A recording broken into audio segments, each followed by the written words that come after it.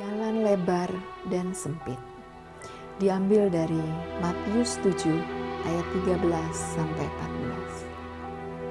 14. Masuklah melalui pintu yang sesak itu, karena lebarlah pintu dan luaslah jalan yang menuju kepada kebinasaan. Dan banyak orang yang masuk melaluinya, karena sesaklah pintu dan sempitlah jalan yang menuju kepada kehidupan, dan sedikit orang yang mendapatinya. Hidup di dunia ini sebenarnya hanya ditentukan oleh dua pilihan. Lewat jalan yang lebar atau jalan yang sempit. Setiap orang menyukai jalan yang lebar, luas, dan tidak banyak hambatan, karena perjalanannya akan tenang dan lancar. Tetapi dalam kehidupan manusia, perjalanan melewati jalan yang lebar adalah mencelakakan, karena jalan ini menuju pada kebinasaan kekal.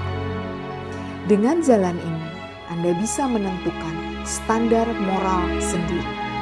Anda tidak terikat dengan berbagai peraturan dan hukum.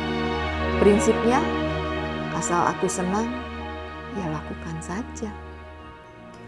Dan jalan ini sungguh populer, karena banyak orang yang masuk melaluinya. Cobalah hidupkan pesawat televisi Anda, atau bukalah majalah-majalah dunia, maka Anda akan menemukan berita-berita orang yang senang dengan jalan yang lebar ini. Mereka tidak segan-segan mengumumkan perceraian atau pernikahannya yang ke-10, atau tanpa malu menghujat nilai-nilai agama dan sebagainya. Bagaimana dengan jalan yang sempit? Pertama, jalan ini berat. Di jalan ini, Anda bukanlah yang membuat peraturan. Sebaliknya, Anda harus menghormati hukum Allah dan batasan-batasan moral yang telah ditetapkan. Jalan ini membutuhkan penyangkalan diri. Ada kayu salib yang harus dipikul supaya Anda berhasil melalui jalan ini.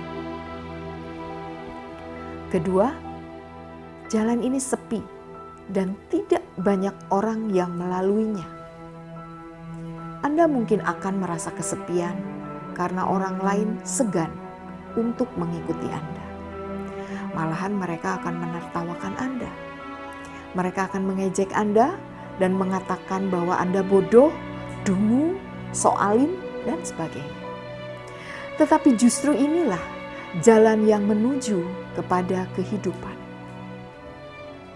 Saudara, bila Anda telah mengambil keputusan untuk mengikuti Kristus, berarti Anda telah ditentukan untuk melewati jalan sempit ini.